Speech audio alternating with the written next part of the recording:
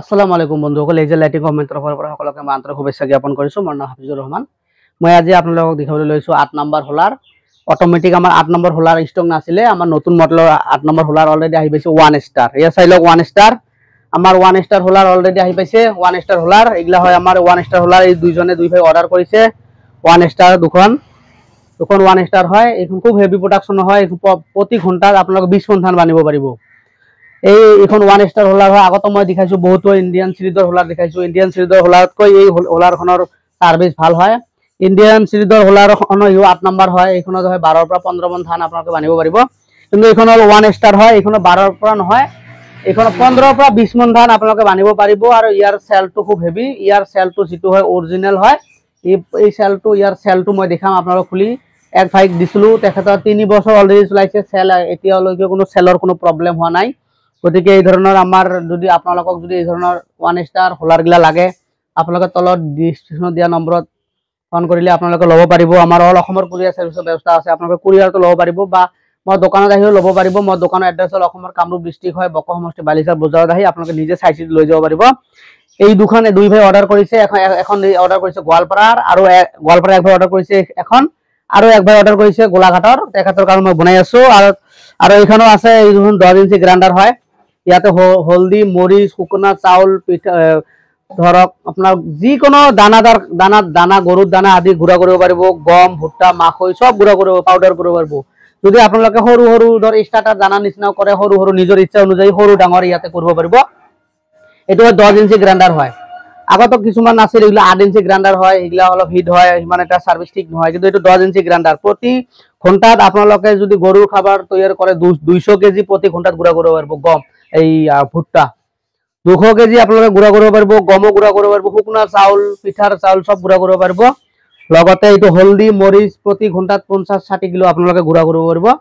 বনাই আছে। গতিকে এইখিনি যদি অনলি যদি গ্ৰাইণ্ডাৰো লাগে, আমাৰ লগত আছে, মজুদ আছে, গ্ৰাইণ্ডাৰ ল'ব পাৰিব। এক ভাই অৰ্ডাৰ কৰিছে ডিজেল ইঞ্জিনৰ লগত এটা 1 ষ্টাৰ হোলাৰ আৰু এটা গ্ৰাইণ্ডাৰ। তেখেতৰ কাৰণে মই অলৰেডি বনাইছো, কাম চলি আছে। তেখেতে কালি অলৰেডি ল'ব আহিব। এই হিচাপত মই ভিডিঅ'টো আপোনালোকৰ ওচৰত দাঙি ধৰিছো।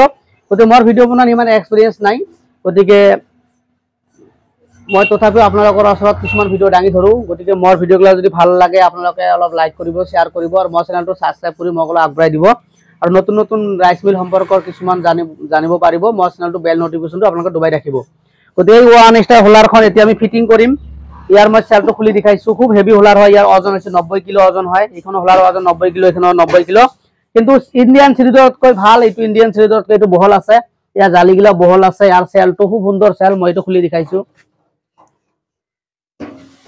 ইয়াৰ সেলটো কেনেকা মই খুলি দেখাইছো, আপোনালোকে চাব পাৰিব। খুব সুন্দৰ সেল হয়। ইণ্ডিয়ান সিৰিজত দুই সাইডে বেলেট ৰাখাৰ কি দুটা নাই, কিন্তু ই 1 ষ্টাৰ অৰিজিনাল 1 ষ্টাৰ। এই 1 ষ্টাৰ ইয়াৰ ৰাইচ মিলৰ বাপ বুলি ক'লে চলে। যিমান 8 নম্বৰ হোলাৰ আছে সব 8 নম্বৰ হোলাৰৰ ভিতৰত এইটো ৰাইচ মিলৰ বাপ। এইটো ঘণ্টাত 20 মন ধান আপোনালোকে উনাই আছে বানিব পাৰিব 100%।